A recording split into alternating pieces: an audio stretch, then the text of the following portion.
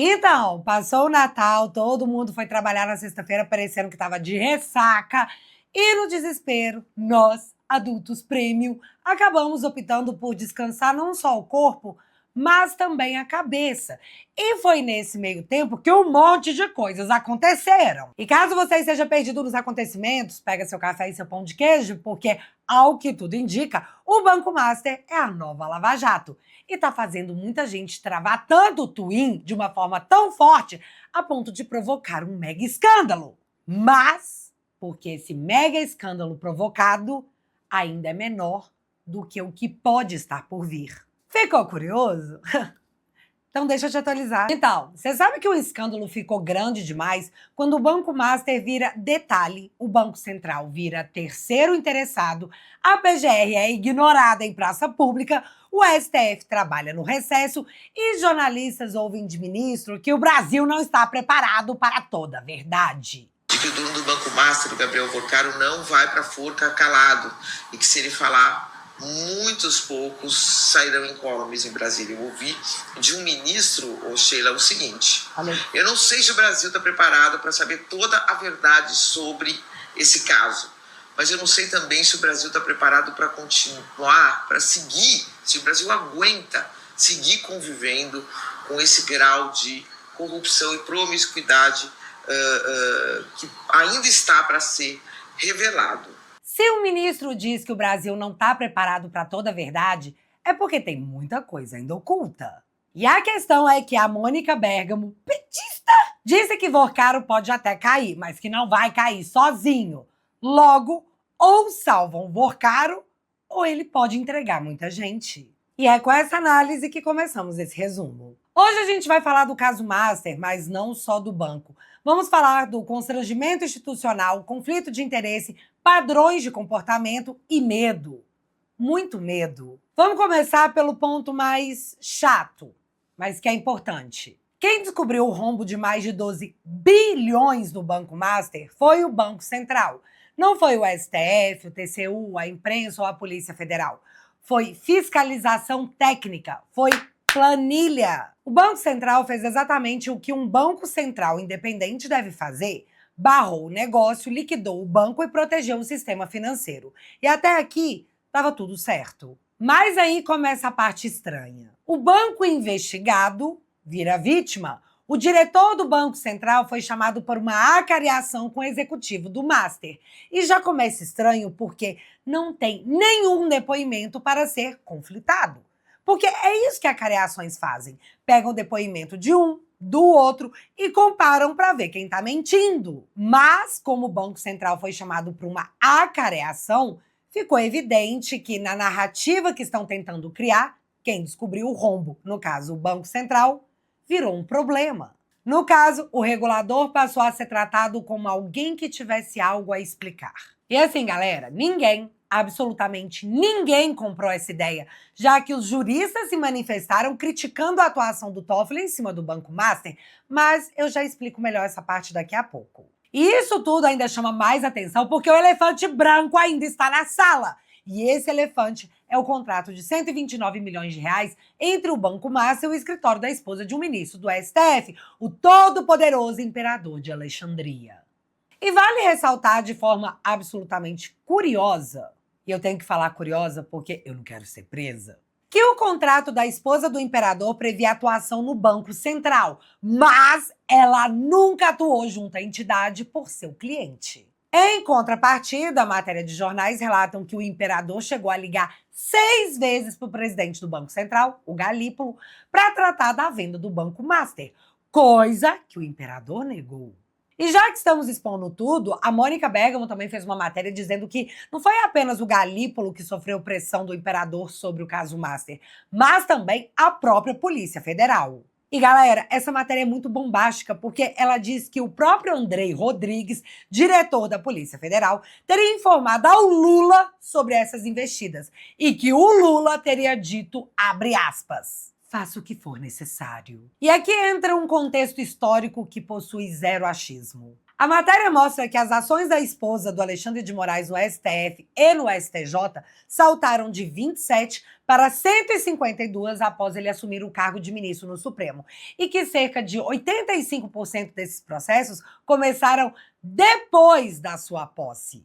E isso não é uma acusação criminal, mas é um padrão objetivo que qualquer democracia madura iria observar com lupa, apesar que em Alexandria ninguém investiga o STF. Ele é completamente imune.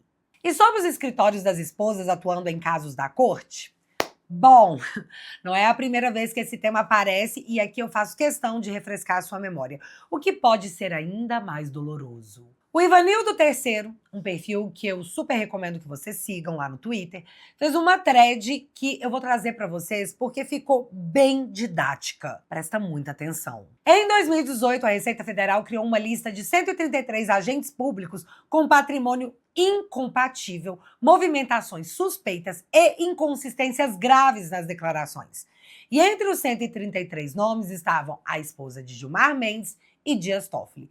O que aconteceu depois é uma aula de como o STF protege os seus. Alexandre de Moraes paralisou a investigação, afastou os auditores responsáveis e transformou os investigadores em investigados. Tudo começou em maio de 2018, quando Lágaro Jung Martins, subsecretário de Fiscalização da Receita Federal, anunciou a criação de uma tropa de elite de 150 auditores para investigar agentes públicos suspeitos de lavagem de dinheiro e ocultação de patrimônio.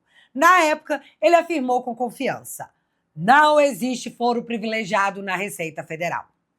Mas ele estava errado. Os auditores testaram o novíssimo software Contágio, que conseguia cruzar os diferentes bancos de dados da Receita Federal. E a partir de 800 mil nomes iniciais, o sistema elaborou uma lista de 134 que mereciam maior escrutínio por apresentar inconsistências patrimoniais graves.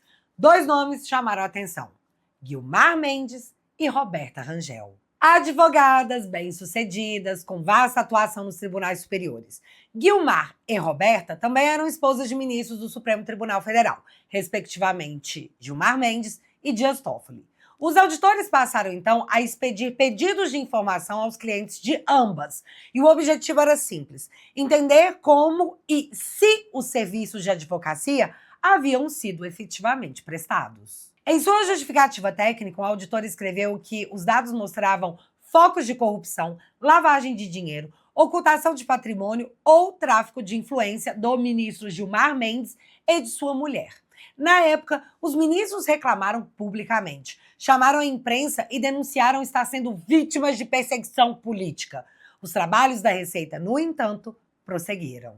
Mas a investigação aprofundada seria impedida de ocorrer através de 3 movimentos coordenados. Primeiro movimento: pouco mais de um mês após a revelação, Dias Toffoli abriu o inquérito das fake news e designou Alexandre de Moraes como relator. Na época, o Globo já noticiava que os auditores da Receita seriam o alvo da fúria alexandrina. O movimento, no entanto, não foi suficiente para intimidar o corpo técnico da Receita, que continuou enviando pedidos de informação para os clientes de Gilmar e de Roberta. E aí rolou o segundo movimento. 3 semanas depois, Dias Toffoli decidiu monocraticamente que a Receita não poderia enviar informações ao Ministério Público sem prévia autorização judicial. O canal para investigação criminal estava, assim, fechado. Chegamos ao terceiro movimento. Foi Alexandre de Moraes que, dentro do inquérito das fake news, avocou o caso para si e determinou a imediata paralisação das investigações. Mas mais do que isso, afastou os auditores Luciano Francisco Castro e Wilson Nelson da Silva das suas funções. De investigadores, eles passaram a ser investigados. Numa carta aberta, 195 auditores da alta administração da Receita Federal afirmaram que o processo era completamente automatizado e atendia critérios objetivos. Em nota, o Sindicato dos Auditores Fiscais afirmou que, para entrar na lista, o contribuinte tinha que 1. Ser agente público. 2. Ter patrimônio familiar superior a 5 milhões. 3. Ter declarado possuir em espécie, dinheiro, mais de 100 mil reais. 4. Ter recebido mais de 2,5 milhões de lucros ou dividendos. E 5. Apresentar inconsistências graves. Nas palavras dos próprios auditores, abre aspas, convenhamos, não são critérios triviais para um agente público. Fecha aspas. Isto é, Gilmar Mendes e Roberta Rangel foram alvo do escrutínio não por direcionamento político ou perseguição, mas por cumprir critérios técnicos e objetivos que indicavam irregularidades patrimoniais graves. Os dados estavam lá. As inconsistências encontradas na investigação eram reais. Luciano Castro e Wilson Silva eram servidores concursados que integravam a equipe especial da Receita focada no combate a fraudes fiscais. Tiveram que entregar identidade funcional, notebook de trabalho e token de acesso. 3 meses depois, foram reintegrados por Moraes. Em 2020, o TCU apontou legalidade, legitimidade e eficiência da investigação. O trabalho estava correto, mas foi descartado. Em entrevista, Castro afirmou que havia o sentimento de derrota pelo descarte de todo o material. Aspas para ele. Grande parte não poderá mais ter prosseguimento em virtude da decadência. Espero que nossa instituição volte a promover trabalhos de tal envergadura. Fecha aspas. Em dezembro de 2020, Wilson Nelson da Silva faleceu de Covid-19. Morreu sem ver o trabalho produzir qualquer consequência. O TCU atestou a legalidade. Os critérios eram objetivos. Nada importou. No país em que o poste mija no cachorro, Wilson foi investigado por tentar mostrar que a lei é igual para todos. E esse foi o fim da thread do Ivanildo, que mostrou que o inquérito das fake news nasceu da tentativa de se investigar as esposas dos ministros. E agora estamos nessa situação do Banco Master, beirando 2026. Também vale lembrar que no finalzinho, ao apagar das luzes de 2023, Alexandre de Moraes votou junto com Gilmar Mendes e Dias Toffoli para derrubar restrições a escritórios de parentes de ministros para que eles pudessem atuar na corte. Ou seja, agora não tinha uma restrição. E sozinho, cada fato é defensável. Mas, somados, os fatos contam uma história. E foi aí que, nessa semana, um vídeo voltou a circular na internet. É só tentativa de desgaste. De ser bem claro, Alexandre de Moraes. A minha esposa não tem escritório de advocacia. Mostre a verdade. Você está ajudando a enterrar o Brasil por questão pessoal. Não sei o qual, mas é pessoal. Pois é. Se existe uma coisa que o brasileiro merece no fim de ano, é um presente que faça sentido. Por isso eu resolvi te dar um presente de verdade nesse Natal. Um presente que não vai quebrar, não vai enjoar, não vai pegar poeira na estante. Um presente que te deixa informado, livre e rindo da cara do sistema. Tô falando da Família Te Atualizei, a nossa trincheira digital onde a esquerda não manda e a censura não apita. E para fechar 2025 com chave de ouro, você vai receber um super desconto para entrar agora. Porque rir é bom, mas construir uma cultura de resistência é melhor ainda. Bora entrar pra família com um mega desconto que eu preparei pra você? Toca no botão desse vídeo e entra agora pra Família Te Atualizei.